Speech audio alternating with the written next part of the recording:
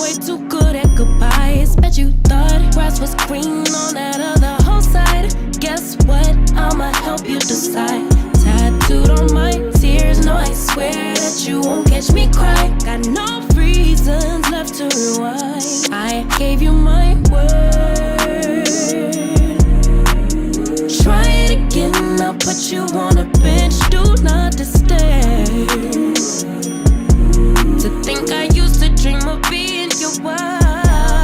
Cold-blooded.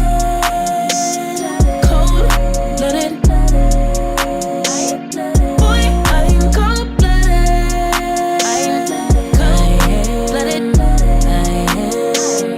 All this blue ice water in my veins. Memorial service in your name. Cold-blooded.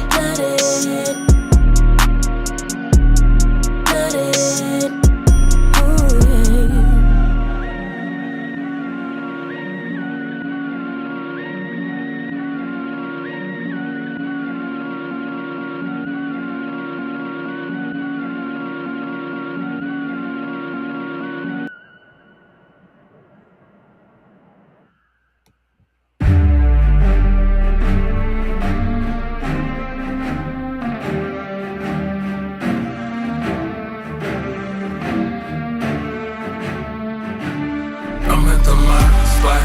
It take blood, it take sweat, it take time. I won't stop.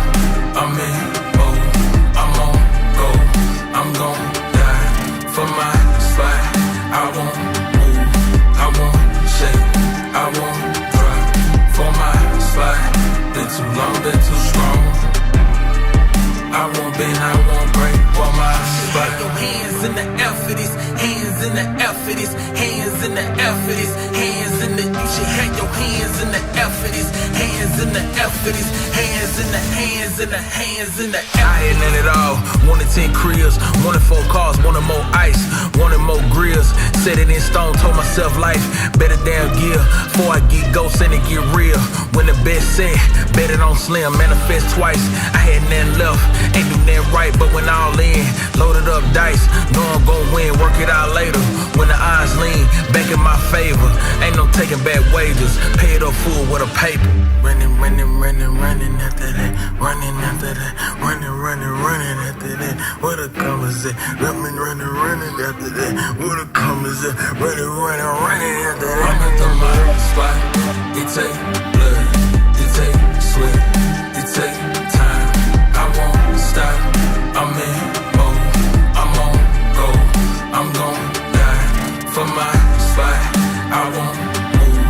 I won't shake. I won't drop for my spot. Been too long, been too strong.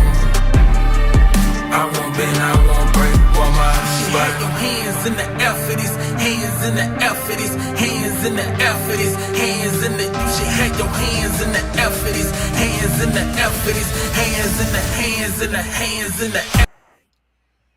All right, y'all know how I do. This is all secondhand. If you come for me, you ain't getting nothing. I have no money. Go for the people who actually did the story. I'm just putting my 2 cents. And if you butt hurt over my opinions, that's a you problem, not me. All right, anyways, let's begin. Let's get it. Green light, let's get it. Green light, let's get it. Green light, let's get it. I'm the future, I'm in it. Check score, I'm winning. Green light, let's get it. I just win. I'm on 10.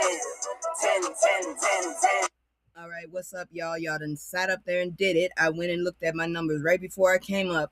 Looks like I'm going to have to cam up next time. So on Wednesday, you will see my real face. It's been a while, but I don't know what to tell you.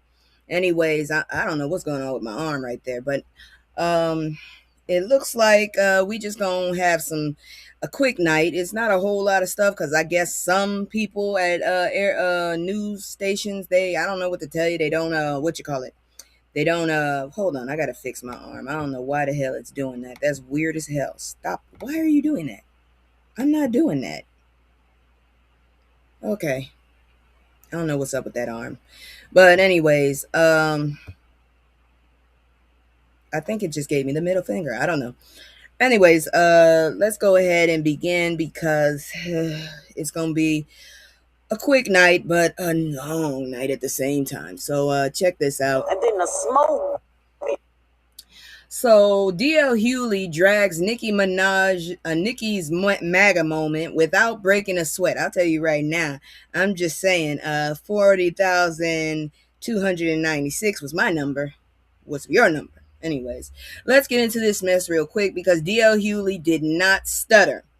Nicki Minaj decided to pop up on Turning Point USA's American Fest, standing shoulder to shoulder with MAGA folks who have spent years saying black women ain't shit, immigrants are a problem, and queer people are the devil. And DL said what a lot of us were already thinking. Nicki Minaj is literally everything the man who built that movement was against. And he came with receipts. Hewley replayed all old clips of Charlie Clark. Can't even say the jerk's name. Charlie Kirk dragging Nicki as a bad role model for black girls, the same Nicki they're now parading around because fame apparently cures racism. Funny how that works. Principles disappear real fast when clout walks in the room, huh? Your ass is going to get deported. What really made this nasty, Nicki praising the current president, tossing out talking points about kids, gender, and boys will be boys. What, don't you have an alter ego that's like a male? Doesn't that make you kind of queer? What the hell? While conveniently ignoring the fact that MAGA outrage is laser focused on trans kids, but suspiciously quiet when it comes to actual predators, like your husband. I'm just saying. And DL didn't dance around with that either. He pointed out that what's a public record? Nicki's husband is a registered ex-offender. Her brother is serving decades for child rape. That's disgusting. So when she positions herself as some moral, I think she belongs with the GOP's guardians of the pedos. I'm just saying. Moral authority on protecting children, Hewley said the quiet part loud. The math ain't mathin'. This ain't even about Nicki, though. This is about how political movements suddenly forget their own values when celebrity validation shows up. MAGA didn't evolve. They made a transaction. And Nicki, she cashed the check. Like DL said, if politics is theater, this casting choice tells you exactly what kind of show this is. A train wreck. Lord have mercy. See, I'm very picky about the shows I go to, and this right here would not be one of them. This is a damn fool is what it is. But anyways, we're going to go ahead and jump into my commercial because, like I said, this is going to be a quick one because my arm is twitching. What the hell? Am I playing the drums? What the hell? Is a ghost behind me playing the drums? Good grief. Knock that shit off. Anyways, let me go ahead and do my commercial, and I'm gonna be right back because this is a weird night, I guess. Stop it. Freaking stop it. It's annoying. Anyways, check this out. It's just me and the fam. It's just me and the fam. It's just me and the fam. It's just me and the fam. Yeah, yeah. It's just me and the fam. See my little Tay-Tay, that's my hype girl, that's my mascot. No one's go for hours and some hours till we pass out. Stay inside the house, turned up with them racks out. Stay inside the house, turn. All right, so we're back, and I guess what I'm going to go ahead and tell you is we're going to start off real dark as hell. Then we'll brighten up because shit. Anyways, new details emerge after Lion King Broadway star found fatally days before Christmas. This is a depressing time of year. People all talking about it. It's a great time to year. No, it's a depressing time, and shit like this right here, this is not helping. God dang, this is a heavy one, and it deserves respect. Imani Dia-Smith, a former Broadway performer best known for playing young Nala in The Lion King, was found stabbed unalived in her Edison, New Jersey home just days before Christmas. That is so sad. She was only 26, and there goes more potential. She was only 26 years old. Police responded to a 911 call and found her with multiple stab wounds. She was rushed to the hospital but didn't make it. Authorities were clear early on this was not a random act of violence. And sadly, that checks out. An investigation arrested Jordan Jackson Small, the father of her 3-year-old son, charging him with first-degree unalivement and several additional offenses, including child endangerment. According to family statements, this was an intimate partner situation. That's a truth Black women know far too well. Imani wasn't just a headline. She was described as vibrant, loving, and ridiculously talented. A true triple threat who brought joy to the stage and light to the people around her. Broadway wasn't a fluke for her. It was a part of her story. Now she leaves behind a toddler who will grow up without his mother and a family forced to grieve during what should have been a season of warmth and celebration. Let's be clear. This isn't just tragedy, it's systemic. Black women face disproportionate risk of intimate partner violence, and too often the warning signs are ignored until it's too late. Say her name, remember her work, and don't let this story fade just because it's uncomfortable. Sometimes you just got to face the uncomfortable to get the truth to the light it deserves. And I'm so sorry that this young lady lost her life and a young boy has lost his mother. I'm very sorry for that. It's really disgusting that we have people like that in this world that just would do that. I don't understand what your issue is, but this was as dark as we're going to get. But now we're probably just going to get pissed off. So check this out while I go fight with my damn arm. Hold on. All right. You shouldn't have been talking shit. So Drumpf's Christmas Day airstrike in Nigeria sparked outrage at the diverse. Can somebody please take this power from his ass? It's very annoying. This motherfucker is infantile. He does not deserve to have all this power. He really doesn't. Who the hell is checking this bastard? So while some folks were opening gifts and minding their business, Donald Drumpf decided Christmas was the perfect time to launch airstrikes in Nigeria. Yes, Nigeria on Christmas Day. I don't see why nobody else is reporting this shit. I haven't seen it anywhere so far. He framed it as a righteous mission to protect Christians from ISIS-affiliated militants, calling the operation powerful and deadly, and wishing everyone, including the dead, the unalived terrorists, a Merry Christmas. Okay, that's an actual statement. Hey, Joker. Looks like I'm gonna have to freaking cam up next time. I went and looked. I'm over 200, 201. Nothing to brag about, but damn it, I made a promise. I was not ready for it, so yeah, I will be camming up soon.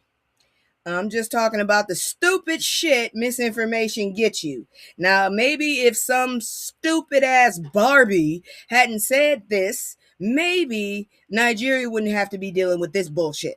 And I still haven't seen anybody else talking about this shit online other than the newspapers that not many people go to. What the fuck? Anyways, Black social media immediately clocked the hypocrisy because let's be honest, bombing an African nation on Christmas while screaming about religious morality feels less like faith and more like cosplay crusade. Influencers, journalists, and everyday folks called it exactly what it looked like. Violent theater dressed up as holiness. Why does he have this power is what I want to know. Why did someone give this dumb... Who the hell is supposed to be watching this dude? I hope y'all all go to jail. I hope you all go to jail for this bullshit. Lord. Some Nigerians even supported the strike. Why? Saying they hoped it would bring relief from terror groups. Who the hell is terrorizing you but you? I don't know, because I could have sworn it was other Nigerians. I don't know. I don't know what's going on over there. I'm too busy looking at this dumpster trash fire. Anyways, saying they hoped it would bring relief for the terror, and that matters. The situation isn't simple at all. But what is clear is that this was a joint operation approved by Nigeria's government, coordinated with U.S. And Africa Command. Y'all love to be the fool for the okie doke, don't y'all? Y'all keep listening to these dumbasses. They done caused unrest in several of your goddamn countries, and you still gonna listen to them. Okay, damn it. We trying to get the hell out of here. We're still hostages, but y'all asses want to listen to this dumbass. He's not even a natural color that occurs in nature, mind you. Oh, Lord have mercy, these damn. And immediately used for political messaging back home. Drumpf wasn't just fighting terrorism, he was performing dominance. And here's the kicker. After the bombs dropped, Nigerians reportedly faced visa freezes and immigration processing delays. So the fallout wasn't just the explosion. I told you played the okie doke. It was long-term consequences for civilians trying to move, work, or reunite with family. You can't scream America first, bomb Africa, disrupt people's lives, and then wrap it all in a Christmas scripture. That's not faith. It's fucking branding. And quite frankly, I said it before, it was more the Muslims that were getting attacked, not the goddamn, the sources and info is shaky on how Nigeria feels. I'm just tired of this jackass bombing everybody. Shit. Whatever the hell they want to do, but I still don't think I think they're letting fucking America take advantage of them. I don't think any African country should do work with this fucking country. Not right now. Shit. But maybe that's just me. Fuck. All right, we gonna move on because it's not over. We don't have a whole lot of stories, but we do have some stories. And like I said, I'm gonna have to cam up, so that's gonna be fun. Anyways, let me bring this down. I don't believe America's propaganda. Yeah, but at the same time, I wouldn't put it past them to do some dirty ass shit. And I don't know what the hell's wrong with my arm. It's been doing that all night. I don't know. Shit. Okay, that was me when I raised my arm and did that. But this up and down shit, I don't know what the fuck that is. Anyways, let's move on because it's not over. So Senator Raphael Warnock is basically telling people we're a nation in crisis. I think we already figured that one out. When Raphael Warnock says the country is in spiritual crisis, people listen because unlike most politicians, he actually knows theology. Warnock isn't just a senator, he's an ordained minister who still preaches from the same pulpit as Dr. Martin Luther King Jr. And recently he said America's biggest problem isn't just policy, it's the soul. Well, let me just say this much. I just heard a wonderful description of this fucking country. It's not that we can't feed the hungry, it's that we can't satisfy the rich. That's the problem. Fucking rich people got too much damn power. I don't see how the hell. We all should just boycott their asses. Anyways, he talked about the growing gap between how hard people work and how little they get back. Folks grinding nonstop, still broke, still stressed, still one emergency away from disaster. And he called what it is a moral failure. What made this moment hit? Warnock didn't let Democrats off the hook either. Yeah, because y'all motherfuckers been dragging your damn feet. Honestly, it's getting embarrassing. He called out corporate influence, bought politicians, and lawmakers who panic over culture wars but drag their feet on health care, wages, and the cost of living. Let's not forget the dragging of feet of Merrick Garland, because we wouldn't be going through this had he actually done his fucking job. And it was a really easy damn job this time. Anyways, and yes, he absolutely side-eyed Drumpf, asking why a president could bully corporations into building personal ballrooms, but somehow couldn't push them to pay living wages. Warnock is doing something rare, reclaiming Christianity from people who use it like a weapon, which is disgusting and devilish. He's saying faith should be about how we treat each other, not who we scapegoat. The message scares folks who rely on religion as a shield of responsibility. They really need to stop that shit. And I'm about to kick a cat. She's pulling me. She doing damn crackhead things right now. You are not a dog. Would you please stop chasing your tail? That is not considered exercise, you fat ass cat. I don't see how this cat is so fat. And just last night, I saw her sisters try to steal her food, but yet she's fat and the other one is skinny. Am I missing something here? Don't sniff that. God dang it, if you were closer, yeah, go chase your tail again. I hope you run in a wall. Anyway, send the cats to me. I'll send one of them to you. The fat one doing the crackhead things, yeah, keep chasing your leg. If you throw up, I'm going to kick you. God dang it. Don't look at me. That's your tail, not my tail. Anyways, moving on. This one has been going on for a while now. I'm not sure how I feel about it because, yes, one of my parents definitely is a descendant of slavery. And yes, one of my parents came over here, I guess legally. I don't know. But either way, my ass is here.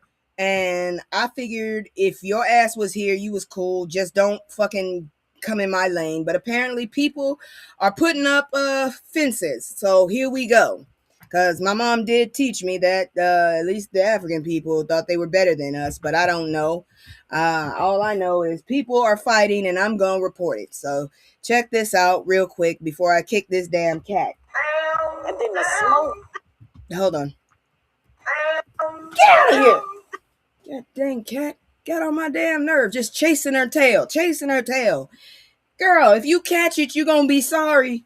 Anyways, let's talk about it. Inside the explosive delineation debate, picking apart black folks' identity, history, and who belongs. I thought we all belonged, but I guess it's gotten different and people are trying to segregate themselves from us. Okay.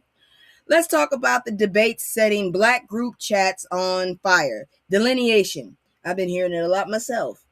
At its core, this movement argues that American descendants of the U.S. chattel slavery, often called ADOS or AFBA. Oh, that's what an ADOS is. I heard about that too. Deserve specific recognition, especially when it comes to reparations and historical accountability. I'll stand by those two only because, we need to get paid. These families that you broke our fucking backs and destroyed us, we need to get paid. That's why our asses don't know where the hell to go back to if we ever had to go back. Anyway, supporters say this isn't about hate, it's about accuracy, about centering people whose ancestors were enslaved here and whose trauma built American wealth. What do you mean built? It's still building. Critics say drawing lines like this risk fracturing black solidarity at a time when we're already under attack from every direction. And both sides are telling the truth, just from different wounds. TikTok, podcasts, and community spaces are buzzing because this conversation hits something deep: identity, belonging, and who gets heard when policy decisions are made. It forces uncomfortable questions about immigration, culture, and whose pain gets prioritized. I guess I would say us, but we still haven't gotten reparations, while everyone else has. Anyways, this isn't about just internet noise. Reparations debates are real. Political coalitions are real. And if black folks don't define our history ourselves, somebody absolutely will. Somebody else. And the danger isn't the conversation. The danger is pretending it doesn't exist. So can we actually have this conversation without motherfuckers getting mad? Facts are facts. We were fucking stolen, sold. Okay, some of y'all motherfuckers sold us and just thought, you didn't think about these motherfuckers are different from you. You just sold us into this shit thinking, oh, they'll be okay. And we weren't. We really weren't. We done got mixed up so much. The only way you could deport us is to divide us by DNA. And I don't think you want to do that shit. I don't think we're going to let you come close enough to do that shit. Are you back? Don't start with me. Thank you. Fat ass cat. I'm sorry, that cat is fat. I don't understand how she got so fat, and then she has the nerve to think she's a street cat. She don't want to get picked up. She want to tell you when to pet her. Oh, hell no. To be so entitled, not in my house. But anyways, we got to have this conversation, I guess, if we're trying to do a coalition. But me personally, I think, black folks in general should probably segregate from this country right now and see how better we can do without them, since they think they would go back to the jungle. I don't know who the hell from the jungle, because how many jungles are in Africa anyways? I don't think there's a whole lot of them. Shit, I figure that continent is kind of arid, so south as it is. But some countries, I know they got trees and shit. I wouldn't say I would say that's South America, but okay, whatever your beliefs are, bastards. Anyways, let's move on, because this one might be good, and then we're gonna fuck around and find out. I don't know what to tell you sometimes. Emotional content. All right, so Jasmine Crockett says Kamala Harris encouraged her Senate run while urging her to stay safe. Please do, because amazingly, there's a lot of people who have finally woken up to the bullshit, but a few of them have just drank that damn Kool-Aid too deeply. And I mean deeply. God dang it, it's like you're losing everything, but yet to make sure that nobody else gets above your ignorant ass. Yeah. Oh, and by the way, I've made it quite clear. I'm sick and tired of motherfuckers that ain't even from this country fucking with our damn politics. I did go and sign that damn petition. I am number 400. I'm sorry, 40,000. I'm sorry, 41,296. I signed that fucking petition. If you don't know what I'm talking about, go look on the internet. Because that bitch was talking about too much shit she didn't know anything about. Especially since the U.S. is said to be a dying empire. Yeah, you guessed it, lady. I'm number 41,296. Yes, I did. Yes, I did. Just like I signed a petition when Justin Bieber wouldn't stop acting a fool. Yes, I did. I will sign a petition. No problem. Motherfuckers. I ain't got $11 from him, though. Maybe next time I find a job, I'll give him $11. But that bitch getting on my damn nerves, okay?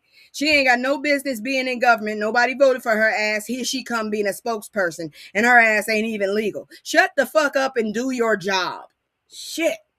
We already got a bunch of damn foreigners fucking up our shit. Thiel, Musk. Yeah, go for it, girl, because I 41,000. 41,000. You got to get that right. There's a whole nother 1,000 of them. I was 296 of the 41,000. Gone to do it. I'm not a barb, and I am sick of these damn motherfuckers getting in our business. Peter Thiel, fucking Elon Muskrat, all of them motherfuckers. They are not native-born Americans, and here their ass all got all their hands in our business. Why? I just need to know why. With an idiot. All right, so anyways, let's talk about how messed up American politics is when a black woman announces a Senate run, and the first conversation is whether she'll survive it. See, that's why I originally voted for Hillary when Obama was running, because I didn't want him to get knocked up, but thankfully he made it all the way through 8 of them. Scared the shit out of me. Anyways, Jasmine Crockett revealed in Native Land Pod that she personally spoke with Kamala Harris about her decision to run for the U.S. Senate in Texas. And Kamala didn't hesitate. She told her the country needs you. But then came the real talk. Harris, along with sitting U.S. senators, immediately raised concerns about Crockett's safety. One senator straight up told her they believed she could win, but didn't want her becoming a sacrificial lamb. That's how I felt about Obama. That's not hyperbole. That's the climate we're going through right now. Crockett confirms she's being fitted for a bulletproof vest and made it clear she will not continue the campaign without real protection. Let that sink in. Running for office in America now requires body armor if you're outspoken, black, and female. And by the way, just to tell you, there's more than one Deport Nicki petition. I found 2 of them. Okay, going back. Anyways, she called it a sad reality, and she's right.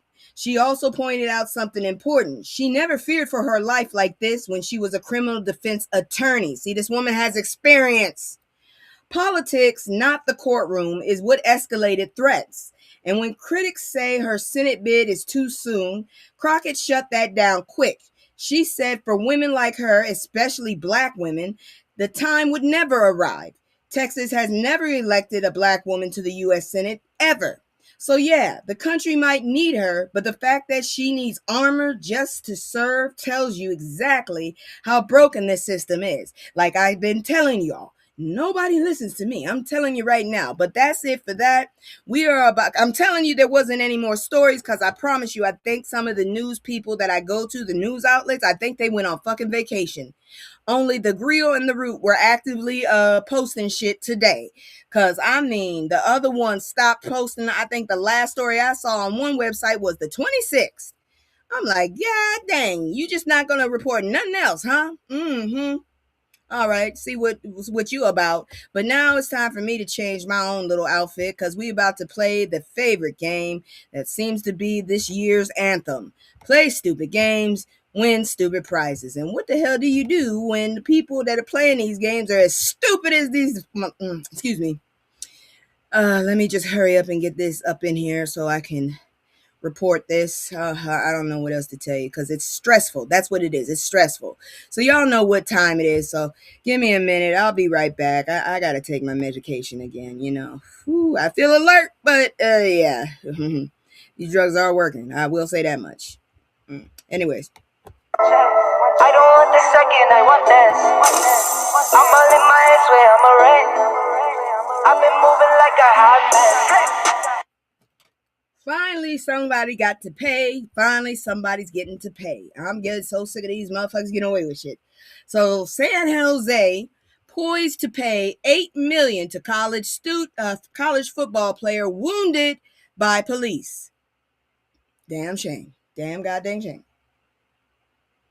So, San Jose is about to cut an $8 million check to Quan Green, and let's be clear, this isn't generosity, it's damage control. Back in 2022, Green was pew-pewed 4 times by former officer, I like that it says former, Mark McNamara, outside a Takira, I think I fucked that word up, a taqueria, while police were responding to a homicide call that turned out to be completely unrelated. Green had taken a force multiplier from another man during a fight inside the restaurant, and instead of de-escalation, McNamara chose bullets. I can't stand these motherfuckers. Can you think before you fucking move?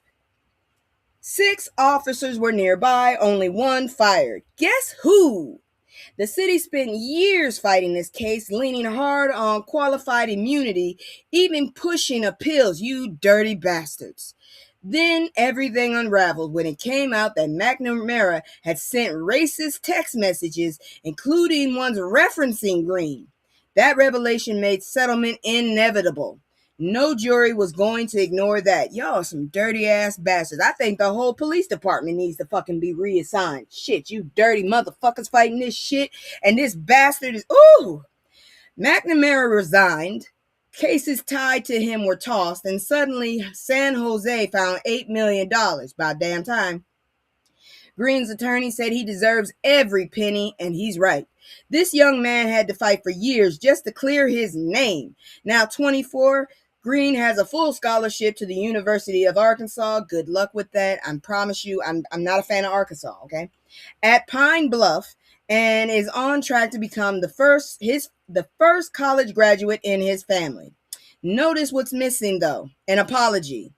Well, at least he's doing better. The man looks very fit. The city won't say sorry, but the check says it loud enough. Thank goodness. Sir, don't mess that money up. Do what you gotta do and get that education, because, Lord, we need some people. Moving on.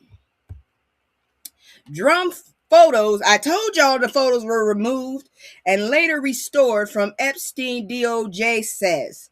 Man, this is the most corrupt shit I ever seen in my life. I don't know what to tell y'all. I really don't. So DOJ, So let's talk about how the Department of Justice, I put that very lightly, tried to play innocent after temporarily removing a photo showing Donald Drumpf, Melania, Jeffrey Epstein, and Ghislaine Maxwell from a public webpage. Motherfuckers, we already saw this shit. I'm very sure someone took a screenshot. The DOJ said the photo was removed out of an abundance of caution to make sure no Epstein victims were depicted. You lie, you bastards, you lie. I saw that picture. All I could see was y'all for it. After review, they reposted it. No edits, no redactions, no explanations. That made anyone feel better. Naturally, folks were suspicious because we watching you bastards. That's why. We watching you. Let me bring that down. Can't believe we going through this. I feel like I keep waking up out of this mess. Man, I told you, I feel like I'm in a comic book. I did not agree to be in a fucking comic book. I don't like being background and having to deal with the bullshit, okay? Damn it. Ouch, my elbow. Anyways, let's see here now. Okay, so Democrats accuse the administration of withholding information.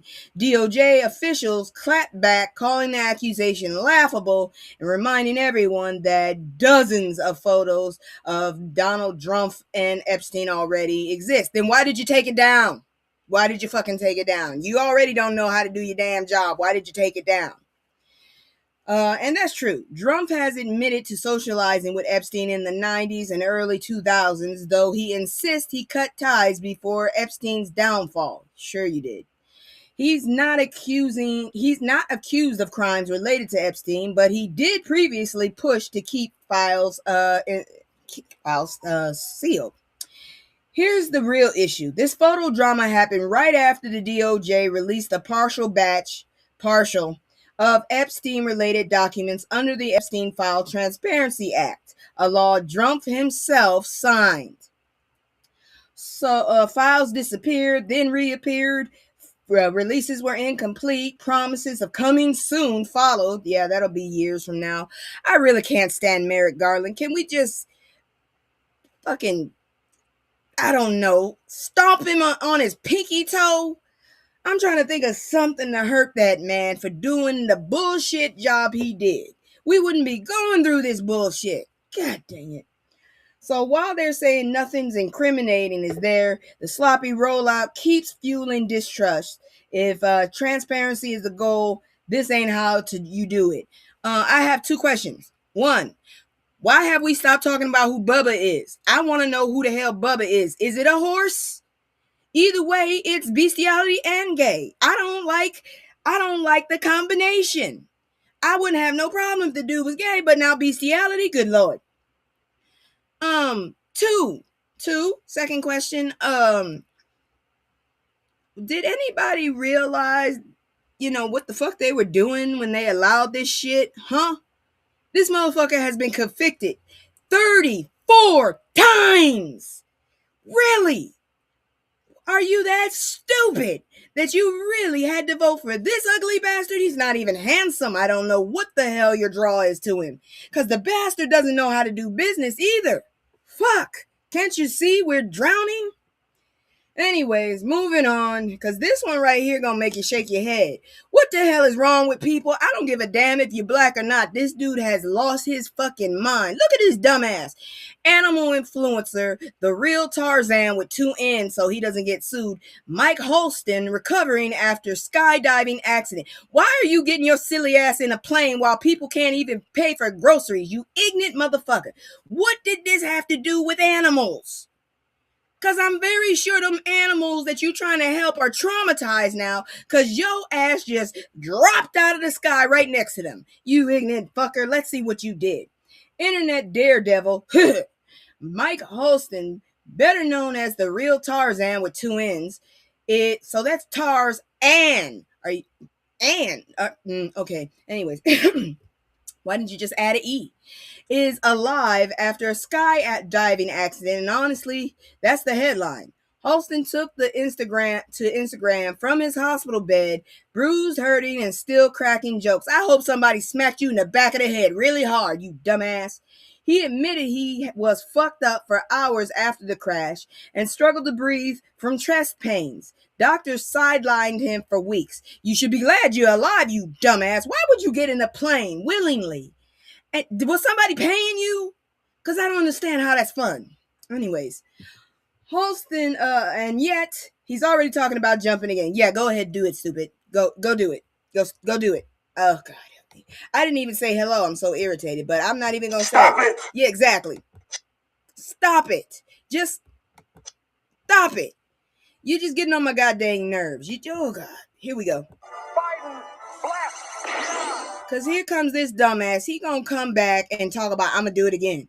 Man, you must have a lot of money because you're going to be back in the hospital and they going to talk about your ass. And you know what? I'm going to laugh too because you dumbass motherfucker. Oh, Oh my God! You just about the stupidest motherfucker. Oh, Jesus Christ. Sit down, bitch. You don't have this. Don't do it no more. He talking about he gonna jump again. Holston chalked the accident up to a small user error. What the hell happens if there's another one, you dumbass? And said it's just part of the sport. You know there's a lot of racism going on in this world. You might not want. Yeah, I'm just saying. And you in the air? Uh-huh.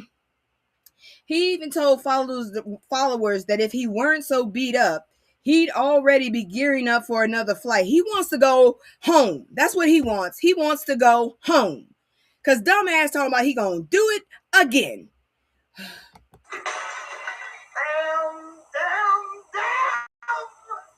That's how I feel. You dumb motherfucker. Who wants some? Who's next? Him. And I ain't calling 911. Man, this is a dumbass. He gonna do it again. Fans are split between relief and frustration. Many are begging him to slow down and prioritize his health. Do you have kids? If you have kids, you need to stop this. Holston insists God sat him down for a minute. No, he didn't. But he's for a minute, but he's clearly itching to stand back up. Well, if God sat you down, that means sit your ass down, stupid.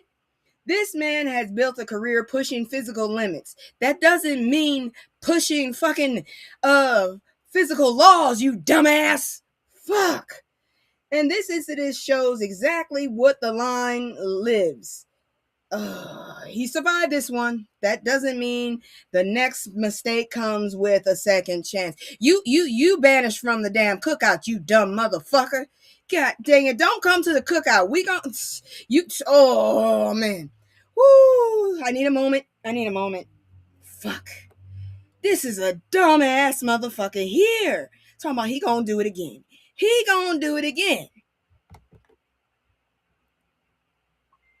That's all I'm gonna say. You ignorant ass bastard. Damn it. All right. Let's move on. This bastard here, he is ignorant as hell. And then he got both thumbs up. Jesus Christ. It got stupider. How the hell this happened? See, y'all damn TikTokers. Why are y'all always in the fucking car? When you want to know what I'm doing when with my phone when I'm in the car? I'm making sure it's connected to my car so I can hear Spotify. Okay? I don't want notifications. I don't want to talk to nobody really unless it's really dire. This heifer here caused somebody to die. Bitch. TikTok creator Tea Time, I ain't even heard of the heifer, released ahead of trial in fatal live streaming crash. Oh, your ass going back. You going back. This is some ignorant shit. You's an ignorant heifer. This story is a warning wrapped in a tragedy. TikTok creator Tanisha McCarthy Rorton, known as Tea Time, was released ahead of trial after prosecutors say she unalived a man while live streaming and driving. Somebody gonna whoop your ass while you on the other side. I'm telling you right now. While you free, somebody gonna whoop your ass.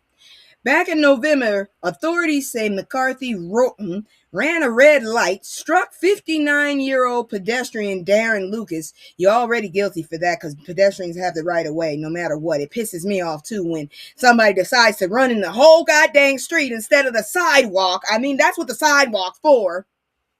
Now I gotta go in the other lane because your ass is in the driving lane. Dumbasses. Anyways, all while allegedly live on TikTok, bitch. You must not have no job.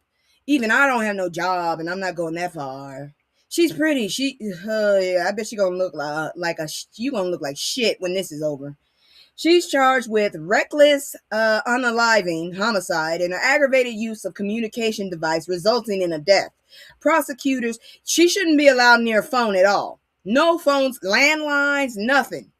Prosecutors fought to keep her detained, which she should have been, citing a prior DUI. Bitch, you shouldn't be able to touch a car. DUI and driving with a suspended license. Heifer!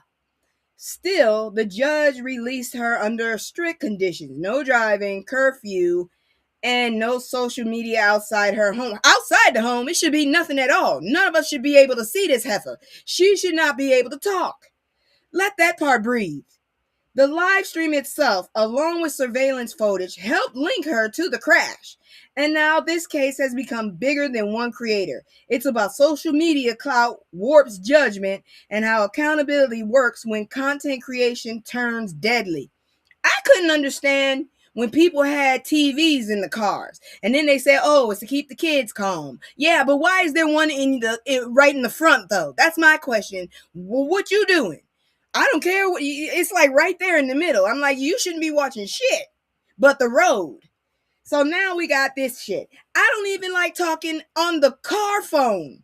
The phone in the car, like the car turns into a phone as well. I don't even like doing that most of the damn time. Shit. This wasn't a freak accident. This dumbass obviously does not know about accountability. It was distraction and someone lost their life because attention mattered more than safety. Trials coming and so is the reckoning. Heifer, you ain't getting out. You black and you did this stupid ass shit. You done tossed your damn life away. I don't know what to tell you. God dang you stupid. Ooh, Lord. Moving on, because pettiness must be served. Let's talk about how Drumpf's power is crumbling and the resistance is growing. Thank God. Yeah, that worked for both of those dumbasses. She went back online right after the accident. Oh my God. That bitch is online? I'm sorry, but that's all I can say. You ain't trying to learn shit. Oh my God. You ain't demon. Oh my Lord. Woo. This motherfucker is crazy. She crazy. Oh my gosh. That heifer is online again? Damn you. Well, they gonna get your ass. That's all I'm saying. Fuck around and find out. You about to find out. She better not be no more. Shit. Okay, so let's talk about him.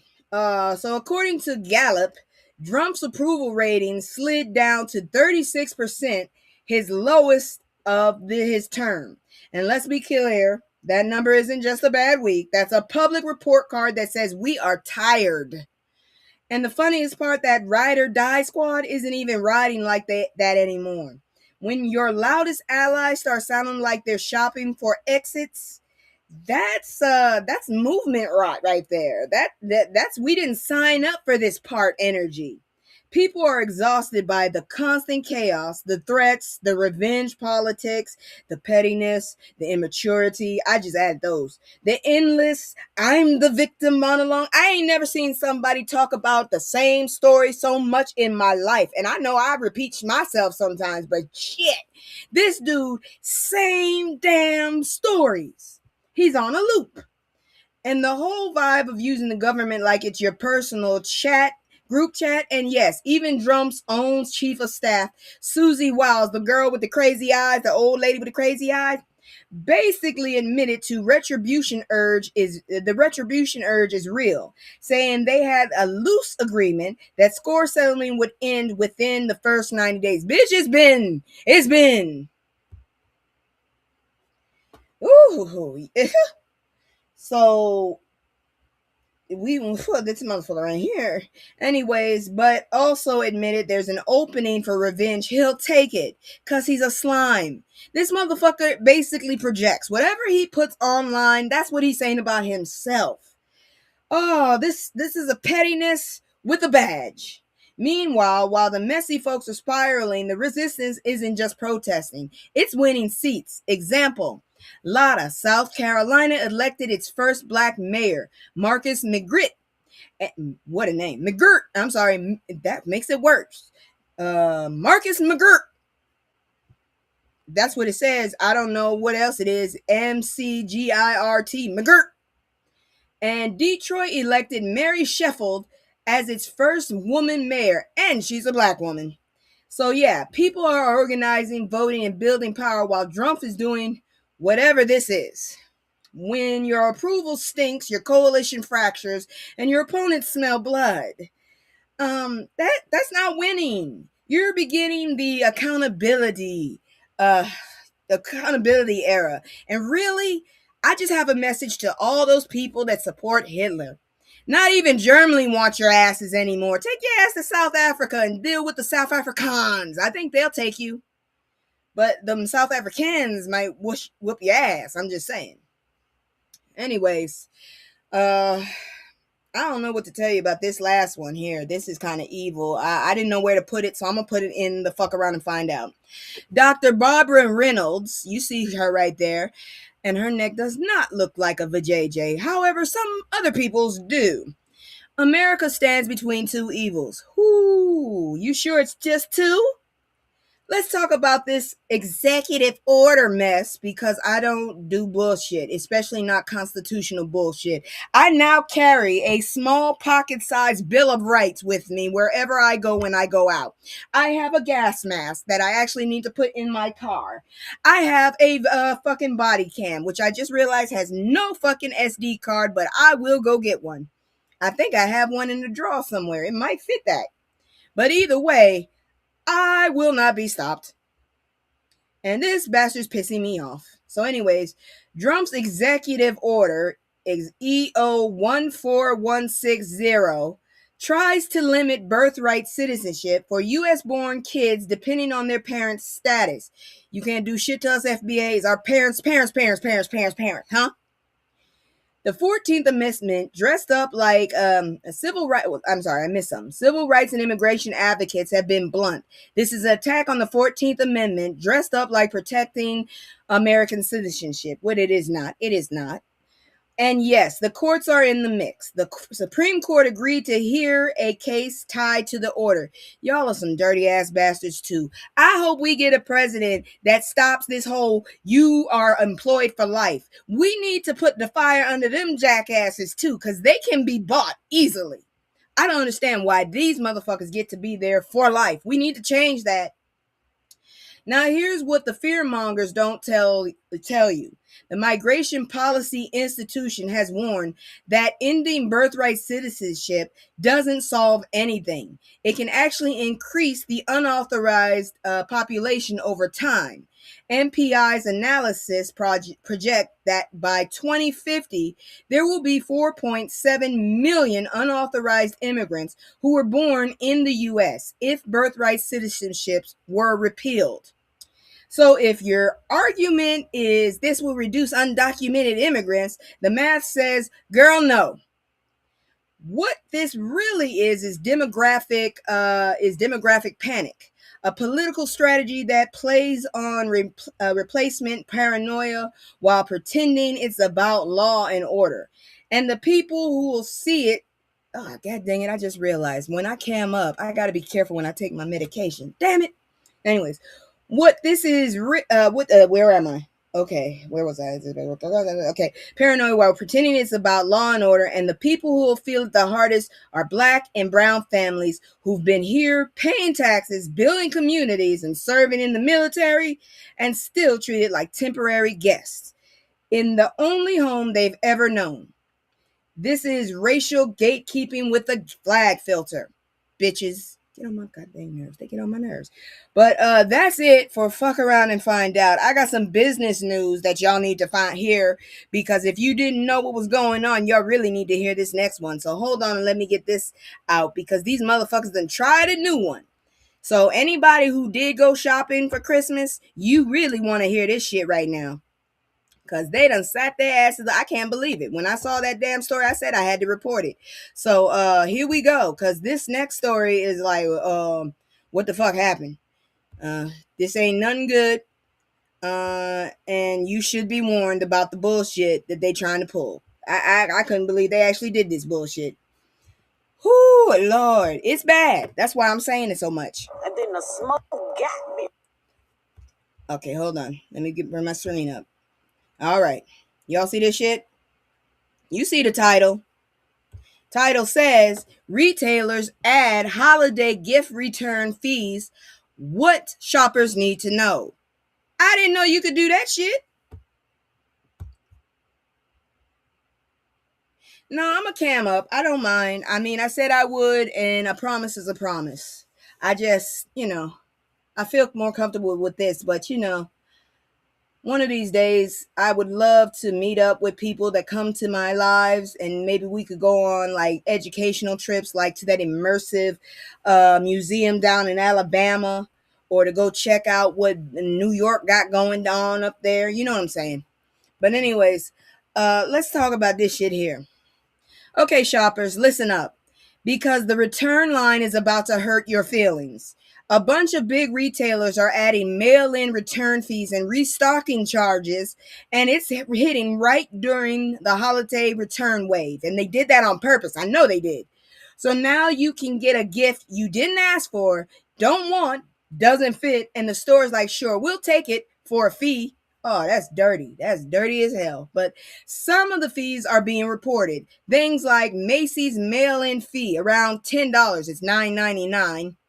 TJ Maxx and Marshall's mail return fee, around $11.99. Best Buy can hit you with fees up to $45 on certain categories. Oh, I hope you didn't get some weird-ass projector or something. And don't miss the bigger scam. Even when returns are free, stores often bake the cost into prices anyways. The return economy is massive, and retailers are trying to shift the burden onto you. So here's how you don't get played. Return in store when possible. It often avoids the mail fee. Check the return policy before buying, not after you're mad in January. And if you shop a place a lot, loyalty programs sometimes waive fees, because nothing says holiday spirit like being charged money to fix somebody else's bad gift choice. That's some fucked up shit. I think it's rude as hell to return a damn gift, but I guess. Shit. I'm learning something new. So, anyways, y'all be careful. That's your business news. Eventually, I'm going to get a transition for that. I am feeling more alert about things, so I think I'll be working on that damn thing tonight, and I got all that stuff. I got a lot of stuff. I'm on this new, I told y'all about it, Avelity.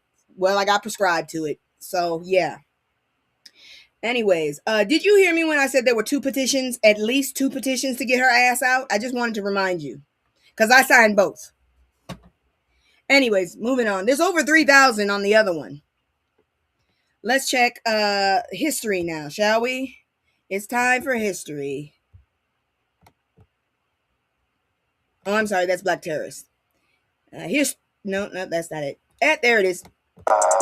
Yo, it's so many, hey, it's so many, yo, it's so many, yo, it's so many lies. Look in my eyes, they know I'm the truth. Knocking them down every time I step in the booth.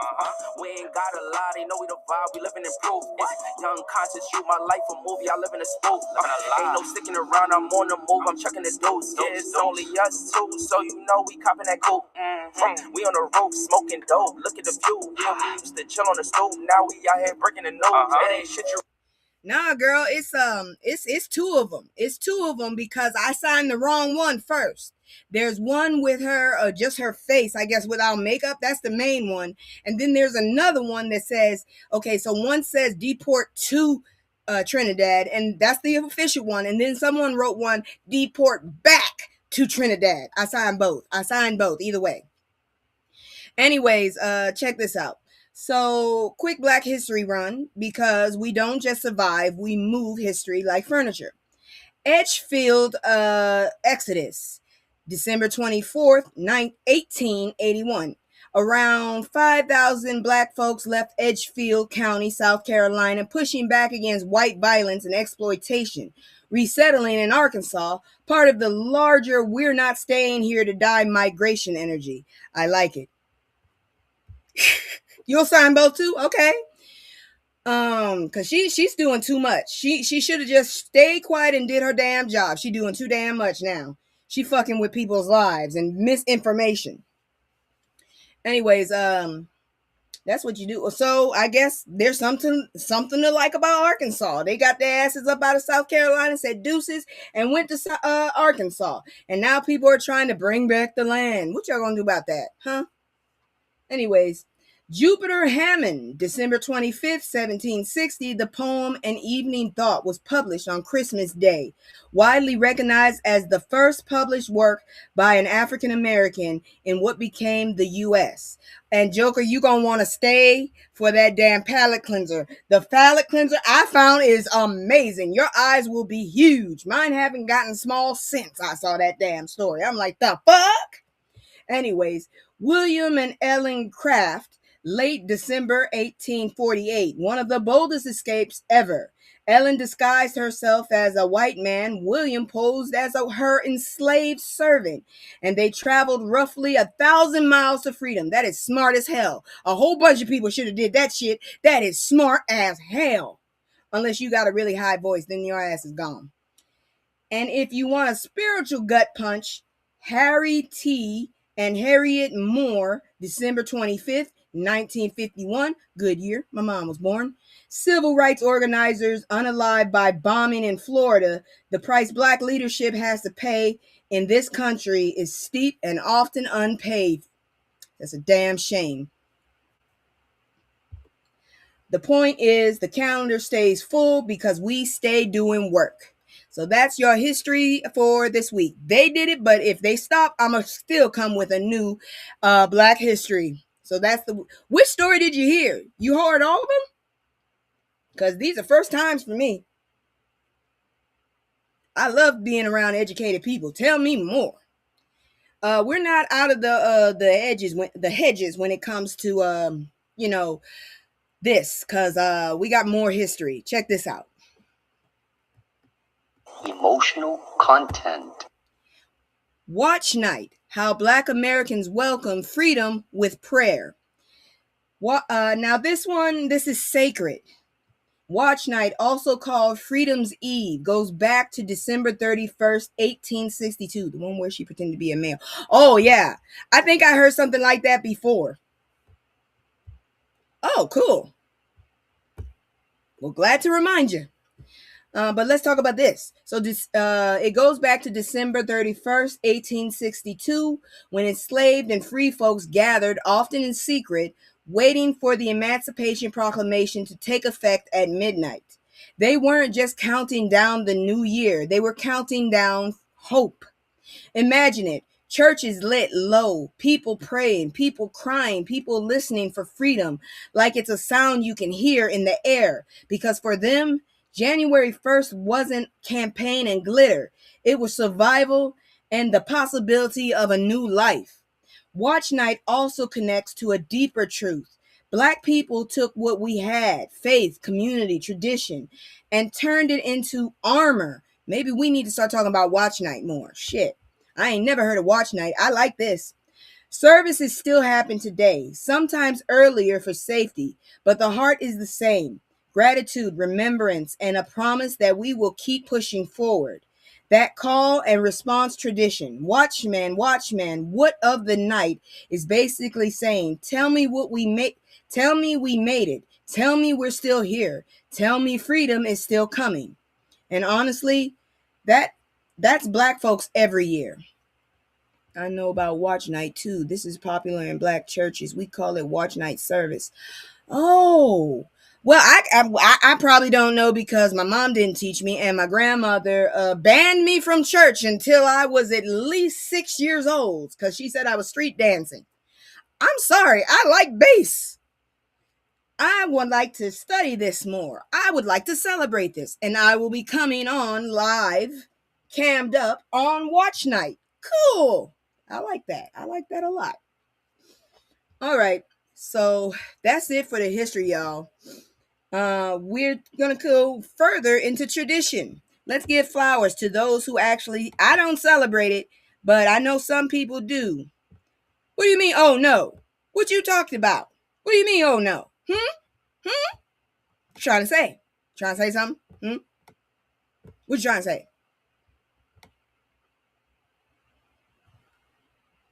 Let's see here now. You're in big trouble now, pal. I'm just telling you. Now you're in big trouble. What you trying to say? I'm curious. What you trying to say about me? I already got a crackish cat running around here. I'm already cuckoo. So tell me, what you mean? Oh, your granny banned you for... Yes, she did. Yes, she did. That ain't funny. That is not funny. I was 3 years old. She banned me. I did a lot of shit. No, I was 2. She banned me because my mom said I had the Holy Ghost. And my grandma said, no, the hell she didn't. She was street dancing. That's what she was doing. And she didn't take me to church no more until I was 6. What kind of mess is that? I probably would have known what watch night is. I'm going to go call my mother about watch night. That's what I'm going to do. I'm going to call her and ask her what watch night is. And maybe she'll tell me. Because I want to know. Okay, but anyways, I'm going to go back. Well, you know what? Before I go any further, I want to promote a Black company, and as always, if you're interested, I will promote you. I'm not asking for a fee or anything. I'm just trying to help the community. So check out these promos, and I'll be back.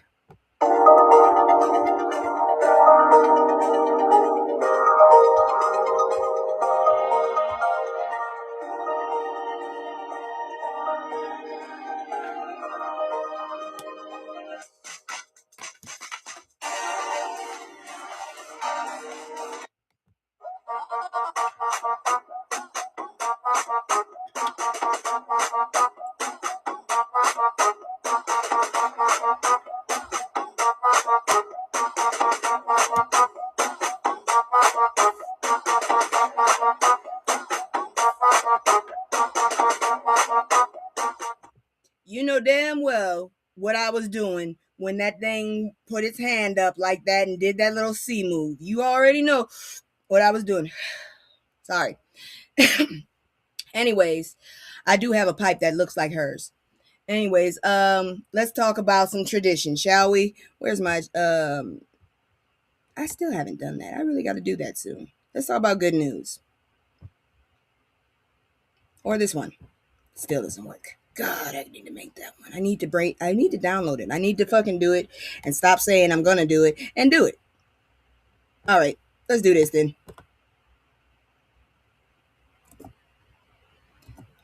All right, so 7 meaningful ways to celebrate Kwanzaa.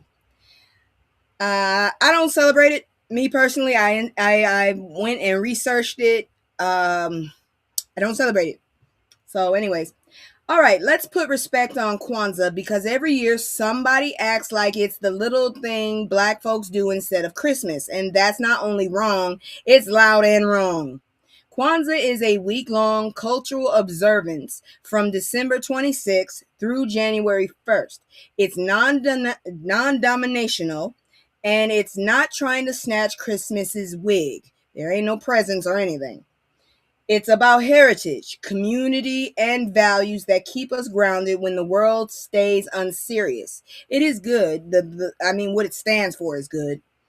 It's built on the Nungzu Saba. I don't know if I said that right. There's an Nguzo. You tell me what that is. The 7 principles. Why didn't you just tell me that? Umoja, unity. Kujichagulia, self-determination. Please forgive me if I'm saying this wrong. Ujima, collective work and responsibility. Ujama, cooperative economics. Nia, purpose. Kumba, creativity. And Imani, faith. And here's the part I love. There's no Kwanzaa police. You don't have to do it perfectly. You can do it meaningfully. How to celebrate without turning it into homework. Pick the principle of the day and journal. Where do I need more unity in my life? Where do I need more purpose? Light the Kanara if you have one. 1 black candle, 3 red, 3 green, and set the intentions for that day. Once again, I don't celebrate this or observe it, but I do like what it stands for. Let's see here now. Live Ujamaa and support a Black-owned business, even if it's something small. It's still circulation. What the hell you think I do every damn week? Do a Karamu on December 31st, a communal meal. Could be homemade, could be takeout. It's about togetherness, not suffering. The closest person lives an hour away from me. I will gather with these 2 cats. How about that? And let's see here now. Read something by a Black author. Share family stories. Honor the elders. I do that on a regular bit. Dude, my family's from Mississippi originally. All we got is each other, and there's a lot of us.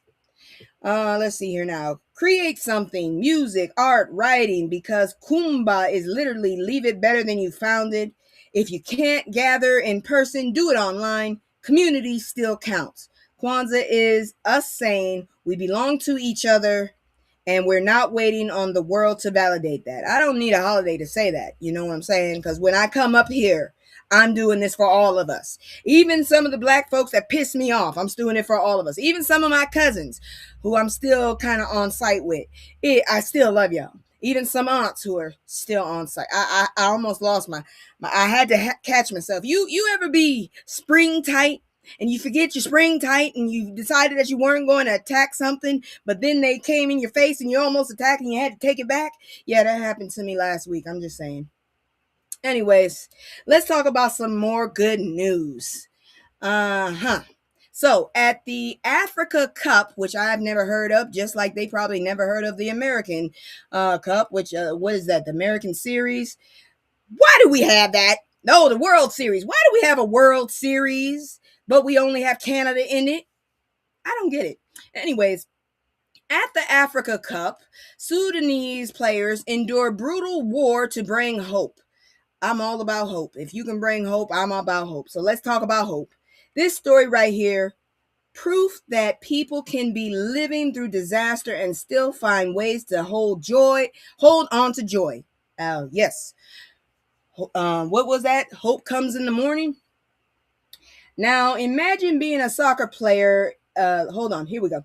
Sudan's war erupted in April 2023, a brutal conflict between the military and the rapid support forces. The UN has called it the world's worst humanitarian crisis, with at least 40,000 unalived and over 14 million displaced. How come we're talking more about Gaza and Ukraine and them than we are about these folks? Is it because we brown? Because I'll be pissed off if that's true. Now, imagine being a soccer player in that. You're trying to represent your country while your family might be trapped, hungry, or grieving. Oh my God, those poor babies. One player, Amar Taifor, described gunmen surrounding his hotel as the war kicked off. He and his team were basically stuck for days. Players fled the country to keep their careers alive. Some lost relatives because hospitals deteriorated and care collapsed. And still, Sudan's national team, the Falcons of Jedian, it looks like Jedian. I don't know if I'm right. Qualified for the Africa Cup of Nations, even though they had to train and play qualifying matches abroad because the domestic league is suspended. The fuck? They even beat Ghana during qualifying, and that's not a small flex. That's a statement. For Sudanese people, this team has become a rare symbol of unity. Fans chant Sudan, waving flags like they're trying to hold the country together by sound alone.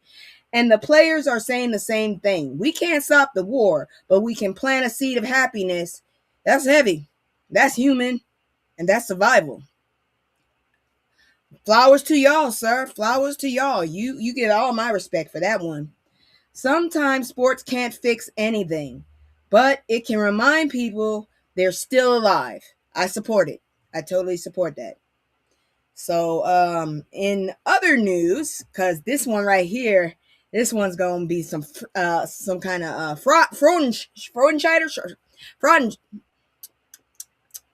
Fraudenscheid, whatever. We gonna laugh at somebody's misery because I'm glad this is happening. Check this out. It's good. It's a good thing. I love it. I love it, and you should love it too. Where is my good news again? There it is.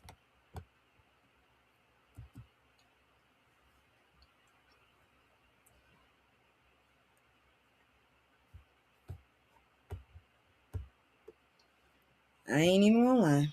So I know they misspelled property, but anyways, first property payments to Flint wearer crisis victims begin as legal process moves forward. About damn time you bastards poisoning the whole goddamn system. Oh Lord, that is a tongue twister. Let me try that again. Flint families have been waiting years for accountability, and now the settlement payments are finally starting to move. But let's not confuse payment with justice. The Flint water crisis settlement has approved nearly 26,000 claims, and the payment portal opened December 12th for the first wave of about 7,000 residential property damage claims. As of December 23rd, 2,854 payments have been issued. Thank God these people are finally getting some kind of retribution. The first round is property damage only, capped at 1,000 per parcel. What the fuck? And if multiple people are tied to the same property, the money gets split. That's bullshit. That ain't right. Let's see. People can choose direct deposit or transfer via Venmo, Zelle, PayPal. But if you want to check, you've got to pick it up in person in Flint. Now, the part that matters most, health claims haven't started yet, and that's where the biggest category of funds sits, especially for kids. Because the crisis wasn't bad plumbing, it was environmental injustice. Flint switched its water source in April 2014 to the Flint River without proper corrosion control, which allowed lead to leach aging pipes, and public health guidance is clear. There's no safe blood lead level for children. Exactly. Exposure is linked to developmental, learning, and behavioral harm. Flint is a majority black city, and too many people in power treated it like it was disposable. So yes, payments are coming, but no amount of Venmo transfers can help get their trust back. At least they can get some retribution. $1,000, you cheap bastards! Shit, even TikTok paid $50,000. Ooh, y'all get on my nerves. All right, before we continue, I'm going to go ahead and do my commercial, because I just don't want to do it. But this is the bulk of the damn news. These motherfuckers don't know when to sit the hell down. You know what time it is. It's time for celebrity news, so I'm going to do my commercial. I'll be right there and back. Fuckers. It's just me and the fam. It's just me and the fam. It's just me and the fam.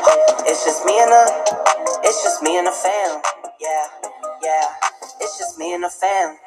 See my little Tay-Tay, that's my hype girl, that's my mascot. No one's go for hours and some hours till we pass out. Stay inside the house, turned up with them racks out. Stay inside the house, turn. All right. Oh, good grief. There it is. Jordan Woods is engaged to Carl Anthony Towns, a Christmas love story. I just hope that it's real and they stay out of the news. Because the last time that girl it took a while for people to forgive her after that bullshit she did with them damn Kardashians, damn it. So I hope she's on the up and up now.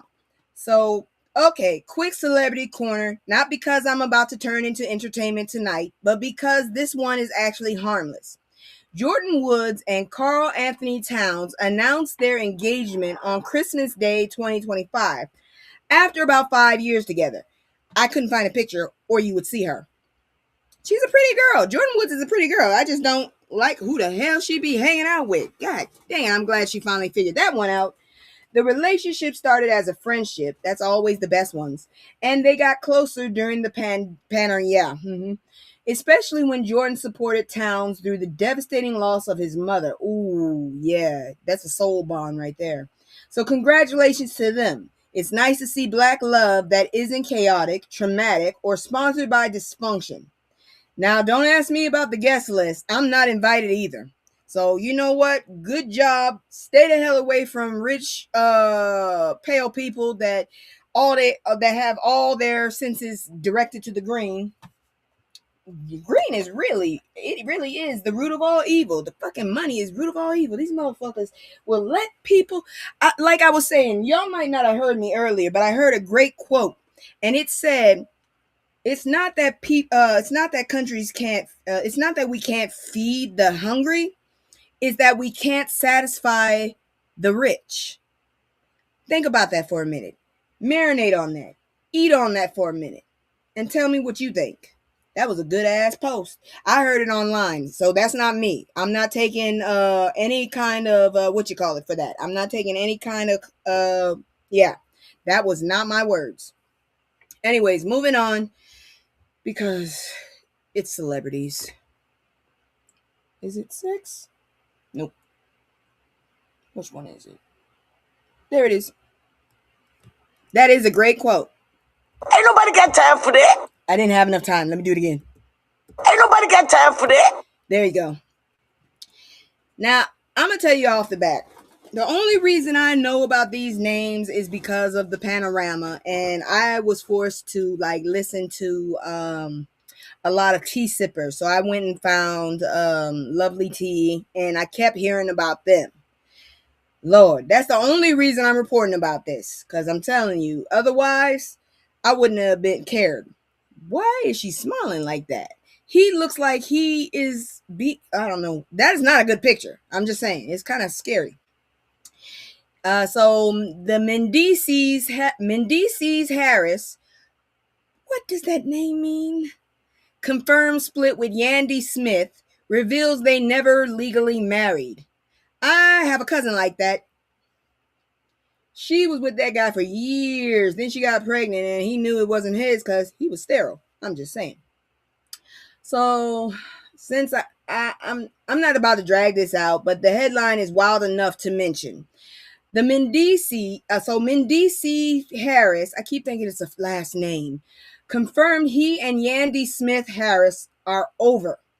He says they were never legally married despite the televised wedding. So you just had the thing, but you didn't do the court thing. Why? Why would you do that? I don't get it. Maybe she just wanted it. Rich people, I don't understand them.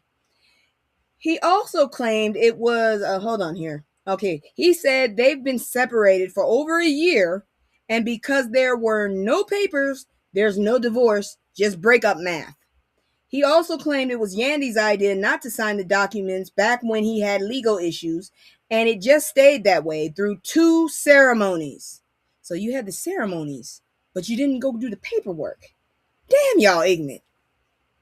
The only reason this matters beyond gossip is simple. Legal status changes everything. Property, benefits, rights, protections, decision making. So if anybody watching is doing spiritual marriage only, cool. But understand the law does not care about your vibes. That's the story. The rest is just people being nosy. I don't know what the hell's going on with these people. I kept hearing about them. I guess they broke up. Why is this news? I don't know. Because apparently the newscasters decided to go on break on some of these news outlets I go to.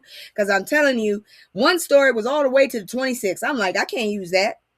But going back to this heifer, here's the reason why we shouldn't be surprised she's doing this bullshit. You know who the hell I'm talking about. God dang it.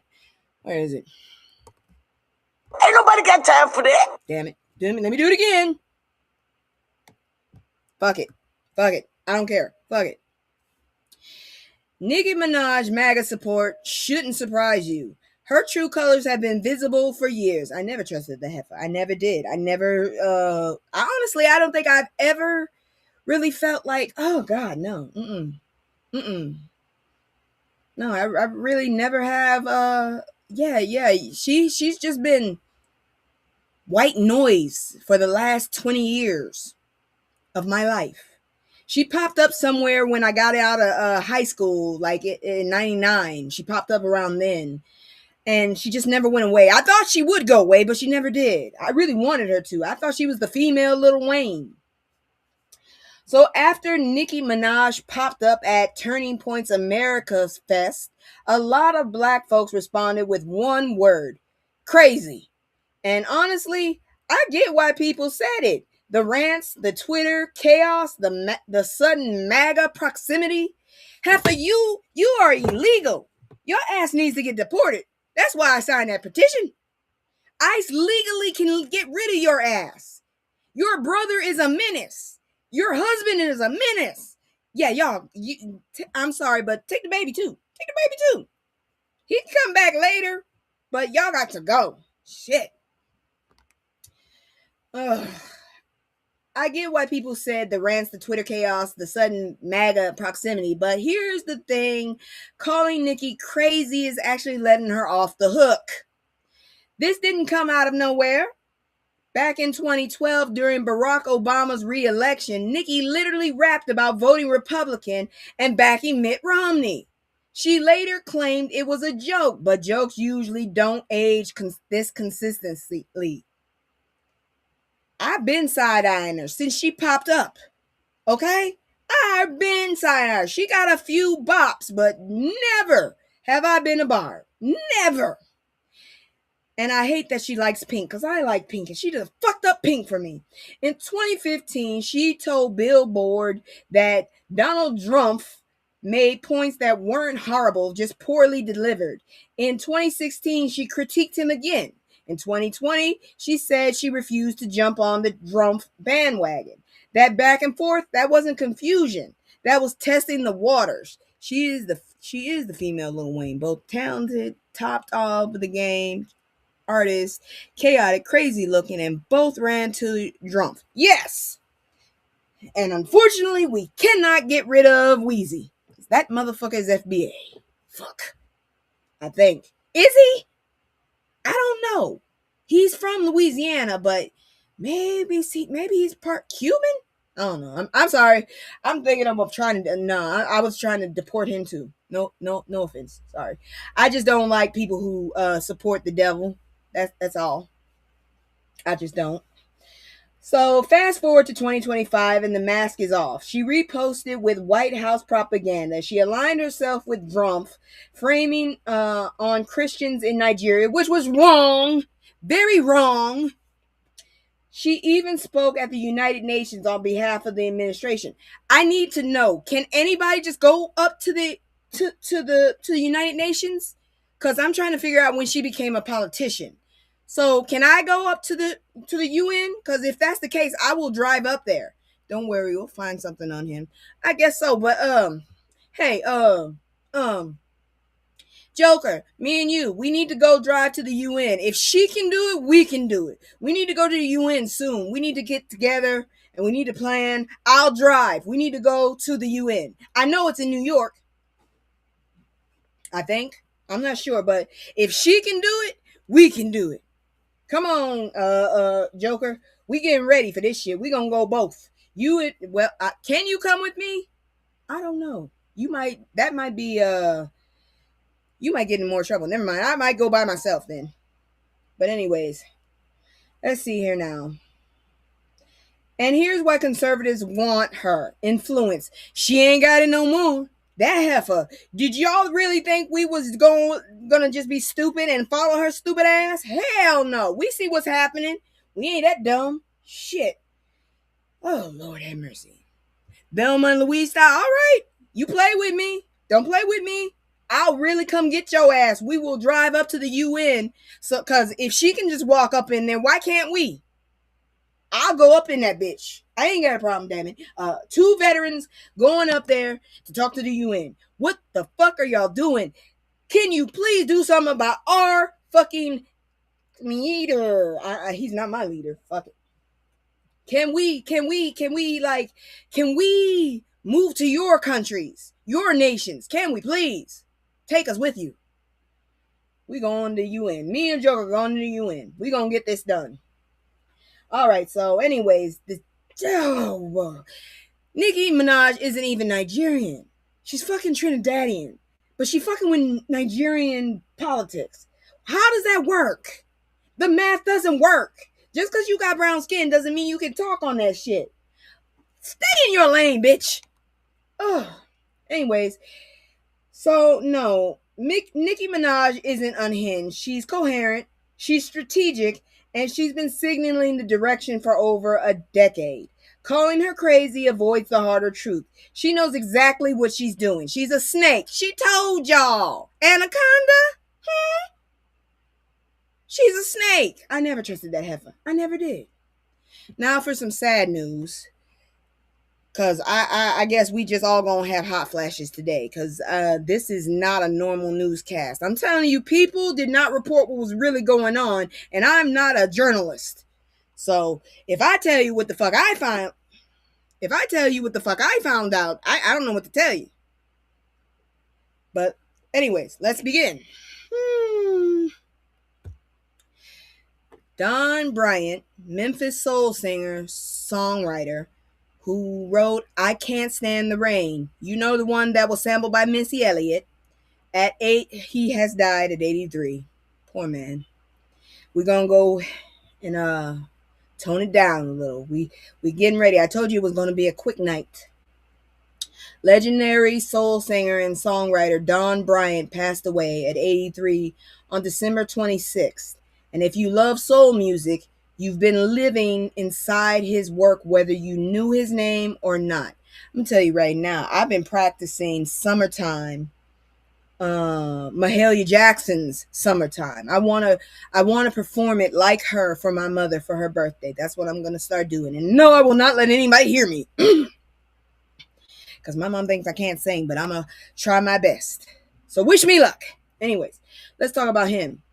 Legendary singer, and we already know that. Born in Memphis in 1942, Bryant started singing gospel in church, then moved into secular music with a group called the Four Kings.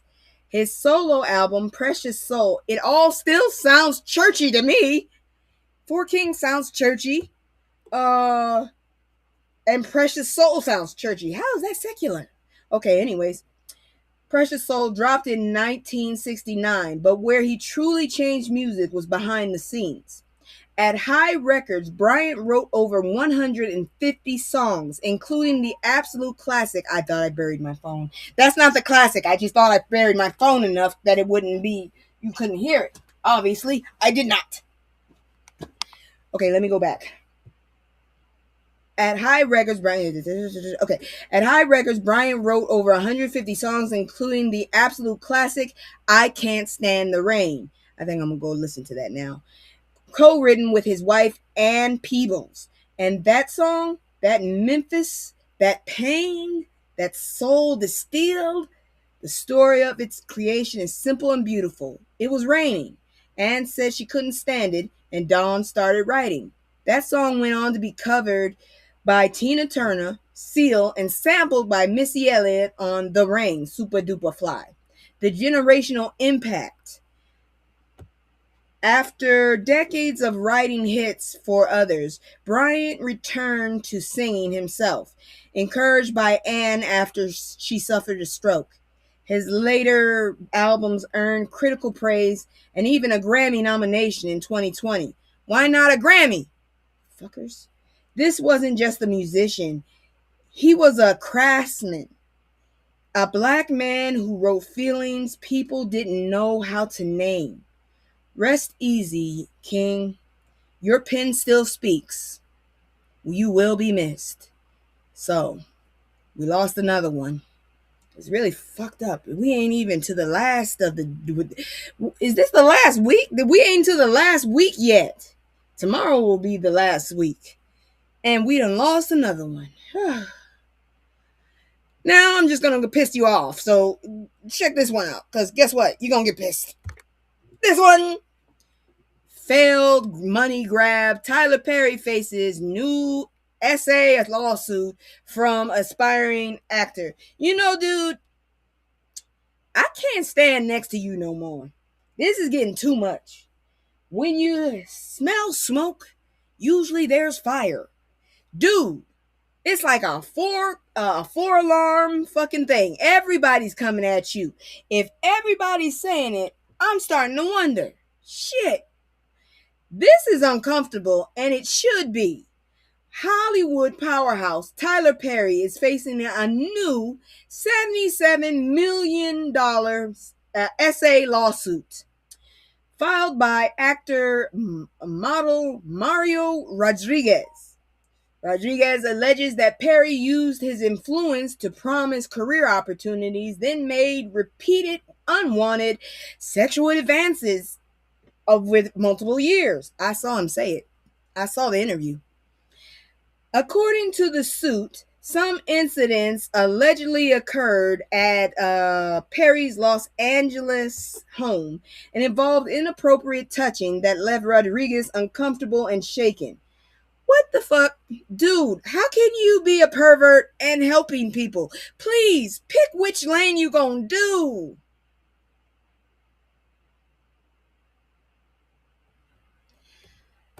then let's look at it. God dang, it is what it is. That's how I see it. It is what it is. Cause damn it, my dad is one. And I will not stop anybody who wants to whoop his behind.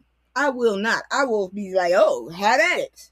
Go ahead, whoop his ass. Yes, I understand you. I am not in your way. Ain't nothing sexy about kids. Ugh. I am traumatized by kids. I want a kid, but I am traumatized by them at the same time. My aunt made me sit still while her slobbery child kissed me. That kid had so much slobber on his face. Oh, I hate sticky, slimy shit. I hate sticky, slimy, mushy shit. Ugh. Oh, girl, you done got me on a whole tirade. Shit. I done went all the way over there. God damn, bring myself back. See, this is why I cannot be alone with you sometimes. All right. So this is oh Lord have mercy.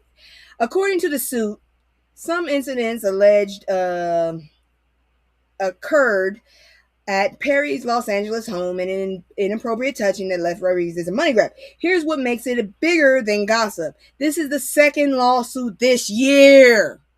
You know what you're doing. That's nasty. Dude, you getting sued again? Because these aren't even the first. We heard about this shit for years. This has been happening for years, sir. You need to stop. Just because you have money doesn't mean you can touch people. Just come out the closet, get yourself a lover, and stop touching people. Okay, so let's see here now. Accusing Perry of sexual misconduct with men who say they were trying to break into the industry. Earlier in 2025, another actor filed a separate case seeking $260 million. That was a white guy. I saw the video. The pattern is why this matters. This isn't about tearing down black success. It's about power dynamics. Dude, that's what I'm saying. Pick a lane. Are you going to help the black people or are you going to just be a freak? Figure out what you're going to do. Shit. So this oh, good grief. Anyways, what happens when one person controls access, opportunity, and livelihood? Hollywood has a long history of that abuse, and black spaces aren't magically immune. Whether these claims hold up in court or not, the conversation isn't going away. Accountability isn't anti-black. Silence isn't protection. And he helped the culture doesn't mean he's above scrutiny. Exactly. Let the courts handle the facts, but the community has every right to ask hard questions. Dude, why the fuck is everybody suing your ass? Shit, nobody wants to fucking back you up if you doing that shit. I'm just saying. Please knock it off.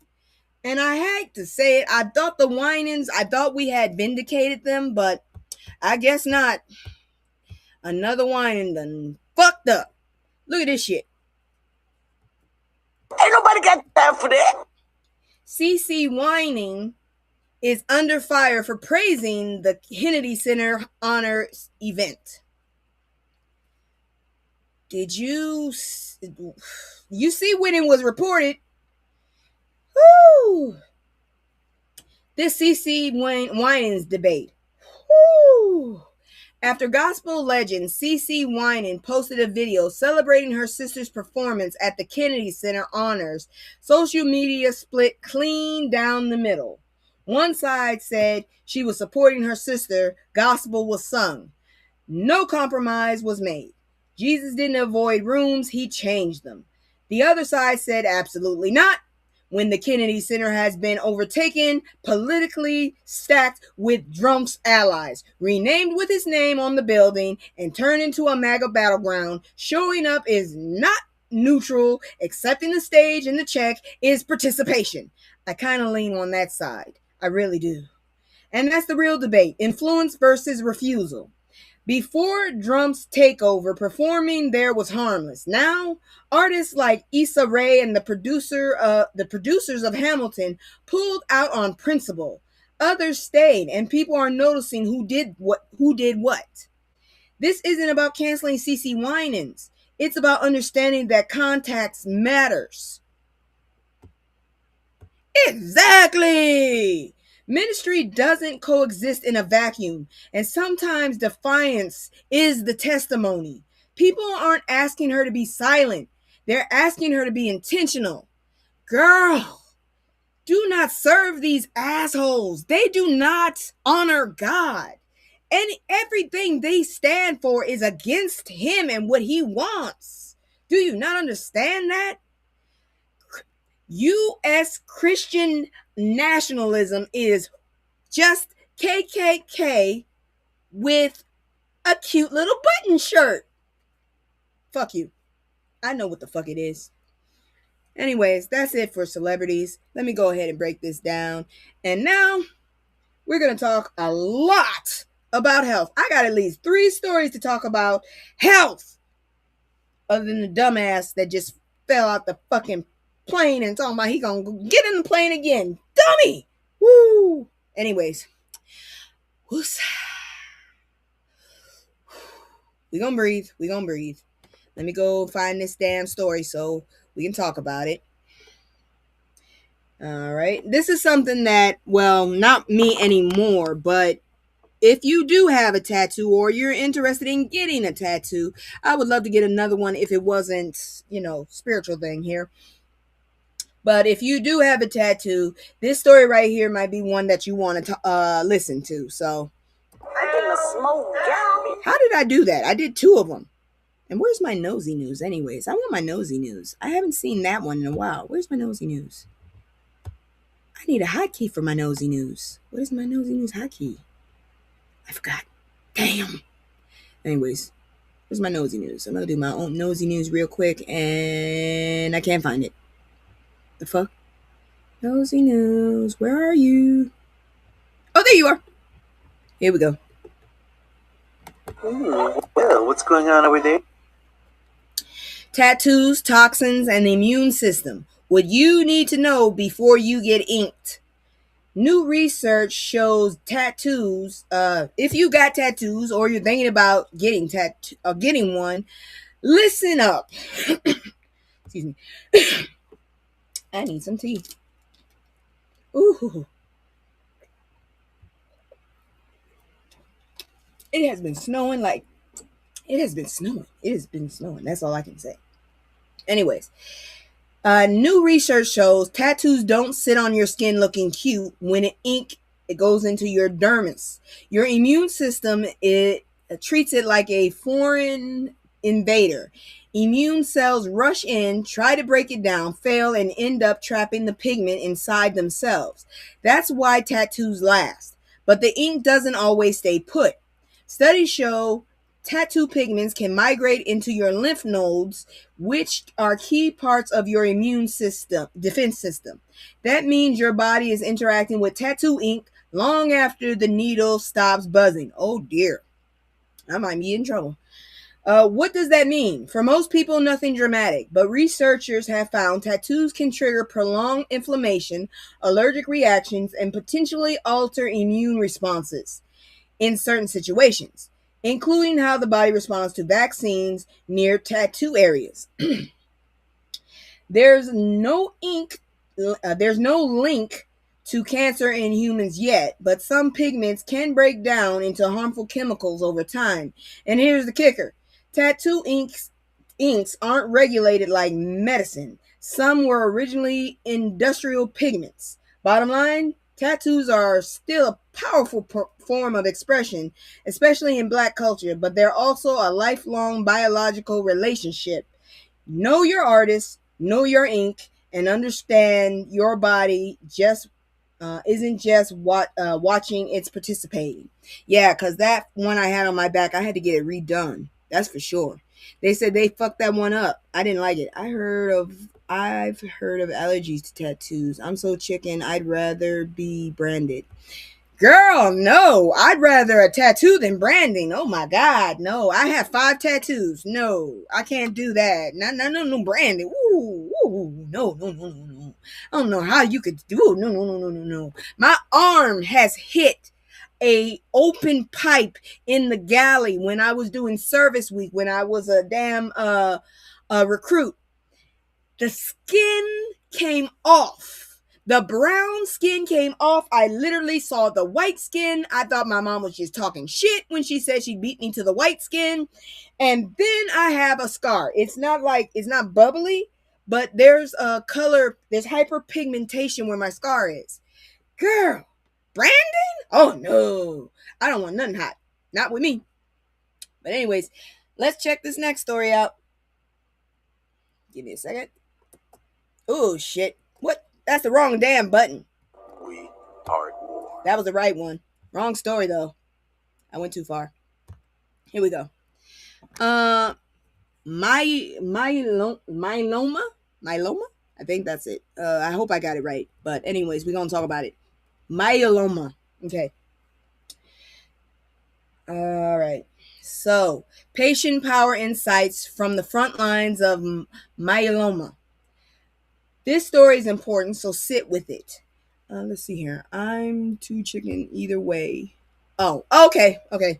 Good, yeah. Because when you said Brandon, that just brought horrible memories back. Oh, I don't want no heat on me. Not like that. Never again. Anyways, Robert Pugh was active, healthy, and literally training for a 15K race. I'll never do that. He went to the doctor for some light back pain.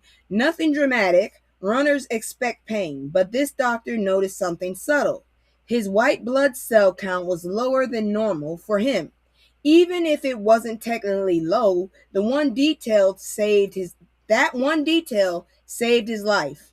More tests followed, then an oncologist, and then a diagnosis that completely blindsided him. Multiple myeloma, a blood cancer he'd never heard of. And that's painfully common in our community.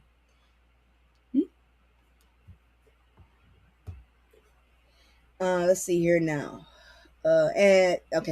Black Americans make up 14% of the U.S. Population. Ooh, we made up. We went up one. Good. But roughly 20% of all multiple myeloma cases we're twice as likely to be diagnosed and twice as likely to die from. What'd you say? Yeah, blood. Not because our bodies are weaker, but because diagnoses often come late for Black folks.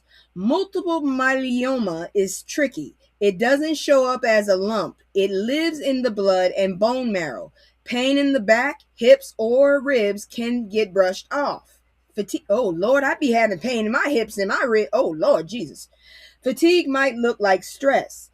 Infections might seem random, and if you're young, active, or Black, doctors always connect the dots quickly. There's no cure yet, but treatments have advanced. Stem cell transplants, maintenance therapies, and newer drug regimens are helping people live longer, but early detection matters. And let's talk mental health, because patients with multiple myeloma report some of the lowest quality of life scores among cancer types. It's chronic. It doesn't end. Pugh talked about losing pieces of his identity, avoiding people because he didn't know how to explain what was happening to him.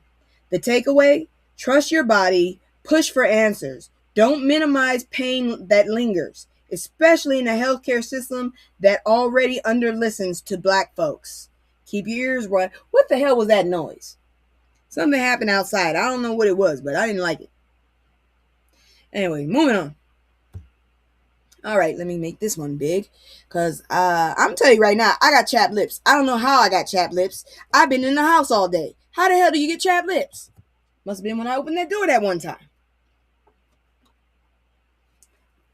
But now, all I keep doing is putting freaking lip balm. At one point, I was putting lotion on because I couldn't find it. Oh, you were thinking melanoma. No, myeloma.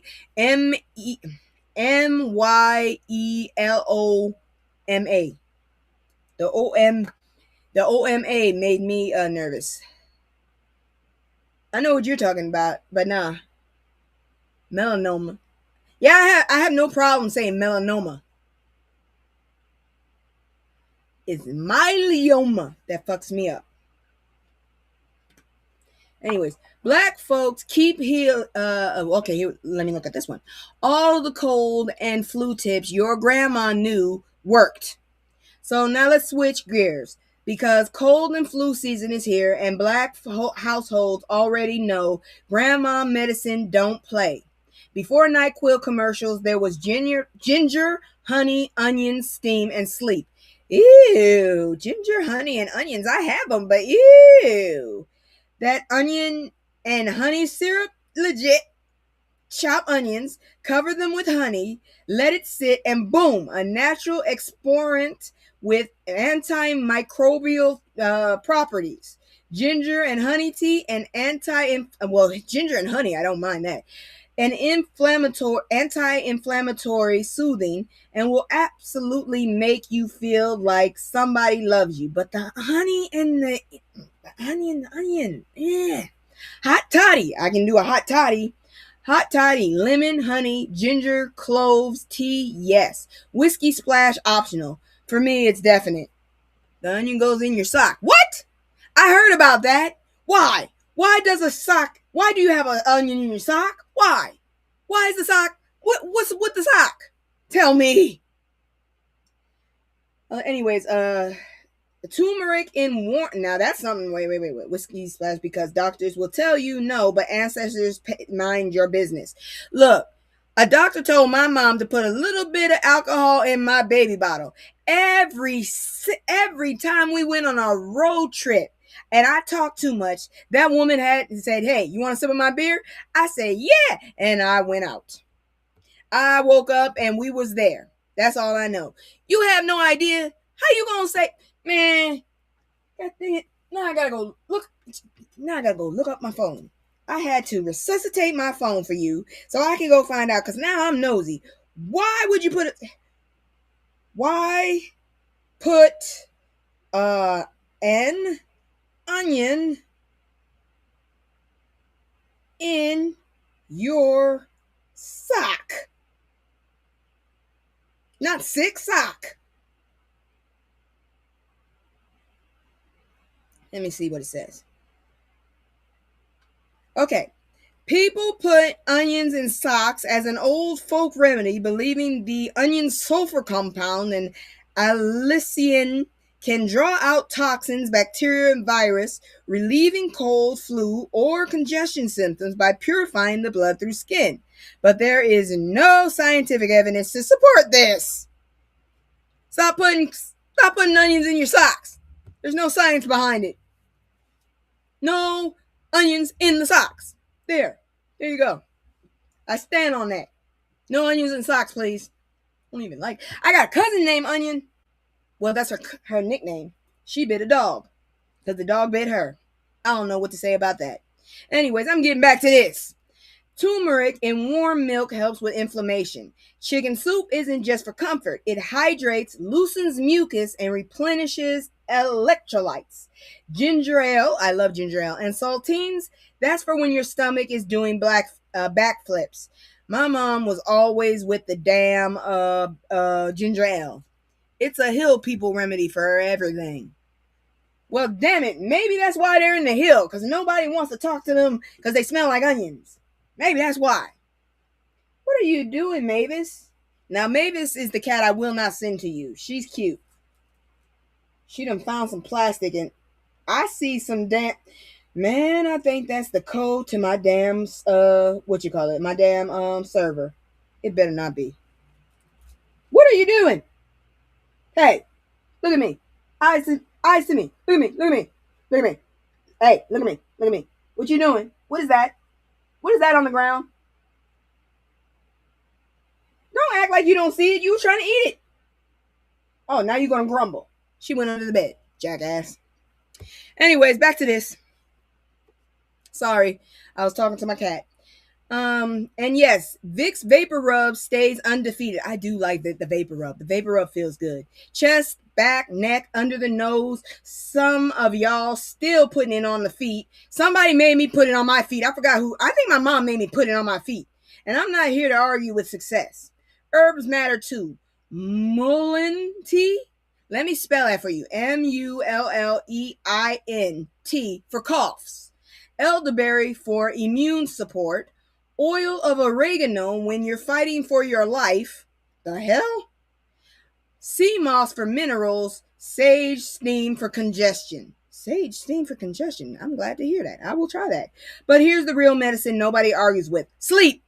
Sleep is the immune system's reset button. You can't push through sickness forever. Just remember, home remedies are support, not substitutes. If symptoms linger, get medical help. Healing culture and healthcare can coexist. And then people put you on a tirade where you sit up there going, look, try to figure out why the hell people put onions in their socks. Well, that's it for that. I'm going to do my commercial one more time, and then you're going to see this damn palate cleanser. This is crazy. I'm telling you, when you hear about this, you're going to hold your mouth over. Yes, mullein tea. That's the right tea. Yes, thank you for putting that up there. That's supposed to be good. This next one is going to kill you. So I'm going to go ahead and put my commercial on, and don't be mad at me when it starts, because this shit right here is just... I had to do it. I had to. There was no way I was not going to report this. I would have paid to report this. I'm reporting this. Check this out. It's just me and the fam. It's just me and the fam. It's just me and the fam. It's just me and the. It's just me and the fam. Yeah, yeah. It's just me and the fam. See my little Tay-Tay, that's my girl, that's my mascot. No one's go for hours and some hours till we pass out. Stay inside the house, turned up with them racks out. Stay inside the house, turn. I just want y'all to know, this is real. The government's keeping track of what people get stuck in their butts. These were the worst items last year. This is a real story. This is a New York story. The New York press reported this shit. This is real. Okay, deep breath, because this story is wild. I had to puff. The U.S. Consumer Product Safety Commission tracks anonymous ER visits, including cases where people come in with foreign objects including cases where people come in with foreign objects in their rectum. And 2024 data? Baby, America needs supervision. We're talking X toys, yes, including a 24-inch video, but also a shampoo bottle, deodorant cans, flashlights, wine stoppers. What the hell is that, a plug? Marbles, ew. Eyeglasses, how? Turkey basters. I can understand that. Vape pens, that's gross. Light bulbs, that doesn't make sense. Coat hangers, a penny. Why a penny? Beard clippers, a doorknob. I've heard doctors talk about this before. I'm so worried about our world. I'm not done. Clippers, a doorknob. A doorknob? How the fuck did you get a doorknob there? And a sandal. That's a shoe. How did you get a shoe up your ass? Somebody got a shoe up their ass. They really had a shoe stuck up their ass. Oh my God. Oh Lord. Somebody really had a shoe stuck up their ass. I don't know what the hell. Oh Lord Jesus. I need a moment to myself right now. Someone really had a whole shoe stuck up their ass. Whoo. Oh my God. Oh, wow. I don't know what to say. Oh, Lord.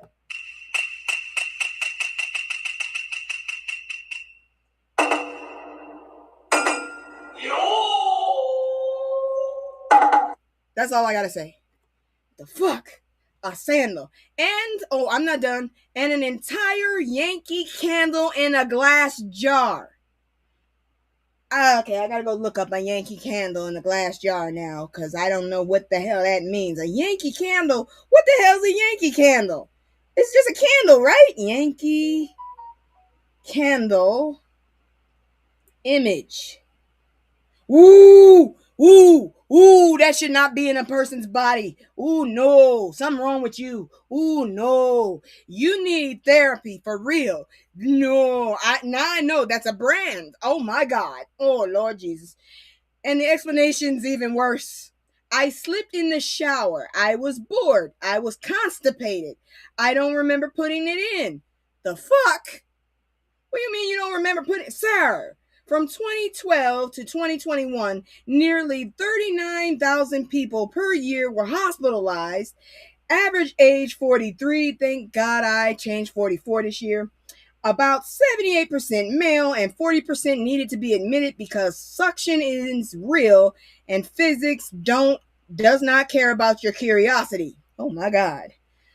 Doctors say large objects create vacuum pressure, making removal difficult without surgery. And yes, people sometimes make it worse by trying to remove things themselves with pliers. Oh my God. What's wrong with y'all? So, no mice, no gerbils, other people's body parts. I've heard even worse. A sandal? A sandal, ma'am. I'm just saying. A Yankee candle. A Yankee candle. Pliers. The lesson, if you're experimenting, use devices designed for the job with flared bases. This is harm reduction, not judgment. Because emergency rooms should not be finding pumpkins, thermoses, or household tools where the sun does not shine.